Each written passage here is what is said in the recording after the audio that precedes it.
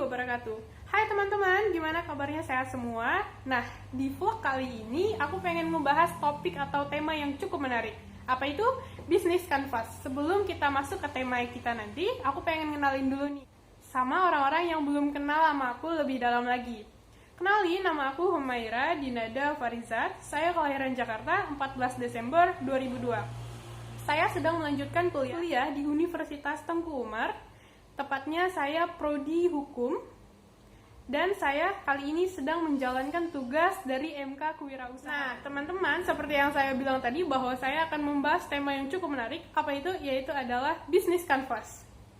Banyak dari teman-teman yang belum tahu apa itu Bisnis Canvas. Bisnis Canvas adalah suatu hal yang membuat kita lebih mudah untuk terjun ke bisnis, terutama untuk orang-orang yang pemula di dunia perbisnisan. Nah, untuk kelanjutannya, yuk kita ikutin aja gimana keseruan kita di video ini. Yuk. Oke teman-teman, seperti yang saya jelaskan tadi, Bisnis Canvas ini ada langkah-langkahnya ya.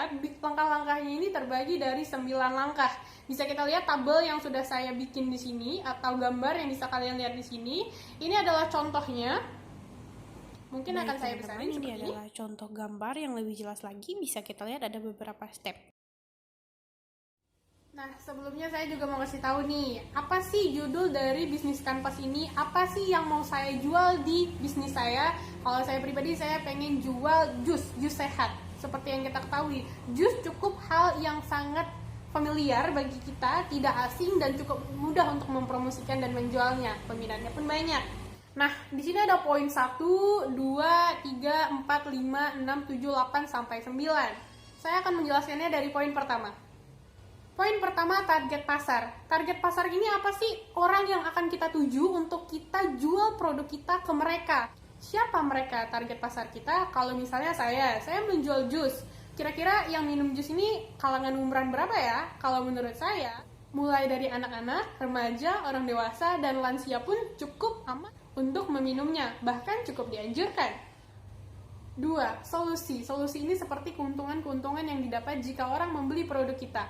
Kalau orang membeli produk saya, yaitu produk minuman jus, tentunya akan merasakan khasiat dari kesehatannya untuk mendapatkan vitamin, dan mereka merasakan kesegaran untuk sensasinya, dan juga murah dan tidak menguras dompet yang begitu banyak.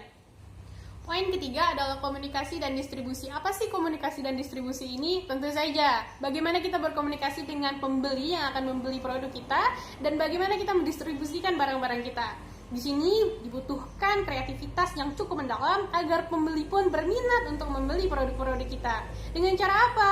Melalui kita membuka toko misalnya. Kalau saya membuka toko, tentu orang akan tahu, oh ternyata si Humaira sedang membuka usaha minuman. Setelah itu, saya juga akan menyebarluaskan dari sosial media. Dan juga saya tidak lupa untuk mengikuti bazar-bazar yang ada. Nah, poin selanjutnya, ini penting banget untuk kita para pengusaha. Tipe relasi dengan konsumen. Bagaimana sih caranya? Kalau saya pribadi, saya akan tanya secara langsung, apa sih kendala ataupun apa sih yang mereka suka? Dan saya juga akan menanyakan secara sosmed, dan juga tentunya saya akan mengadakan seperti live chat agar mereka lebih leluasa berbicara dengan tidak bertatapan langsung dengan si penjual. Poin kelima, metode pemasukan. Kalau metode pemasukan saya, ya tentu saja dari berapa jus yang laku pada hari tersebut. Kalau misalnya harga satu gelas saya jusnya 10.000 dan laku 10 cup, tentu saja keuntungan saya 100.000 dalam satu hari tersebut. Keenam, ini adalah aset kita. Aset kita apa-apa aja nih bagi penjual? Kalau saya pribadi sebagai penjual jus, tentu saja alat-alat penjualan saya seperti blender, pengupas, pemeras jeruk, dan lain-lain. Dan juga ada namanya toko. Toko itu adalah salah satu aset kita, pegawai, dan banyak hal lagi lainnya. Nah, ini poin selanjutnya, kegiatan utama. Apa sih kegiatan utama kita bagi para penjual, terutama bagi penjual jus nih, karena saya penjual jus. Tentunya saya akan melakukan pemasaran yang cukup baik dan matang, dan saya akan membuat rasa-rasa jus yang baik dan bagus dan terbaru agar peminatnya pun bertambah dan tidak bosan. Selanjutnya saya akan mempromosikan di sosmed dengan sebaik mungkin dari berbagai sosmed. Poin ke-8 adalah partners. Partners ini penting teman-teman. Contohnya vendors untuk produksi, ya kan? Dan terus kita juga butuh reseller untuk kurir kita. Tentunya kita juga butuh ambasador, teman-teman. Ambasador ini apa sih? Misalnya nih, kalau saya jualan jus, saya misalnya jadi ambasadornya event olahraga. Kan kalau orang udah olahraga pasti juga butuh hal-hal yang sehat, seger, dan juga multivitamin. Misalnya lagi ada event olahraga, saya jadi vendorsnya, teman-teman. Itu cukup menarik ya, teman-teman. Ini poin yang sangat amat menarik nih bagi saya. Nah, teman-teman, ini adalah poin terakhir, poin ke-9.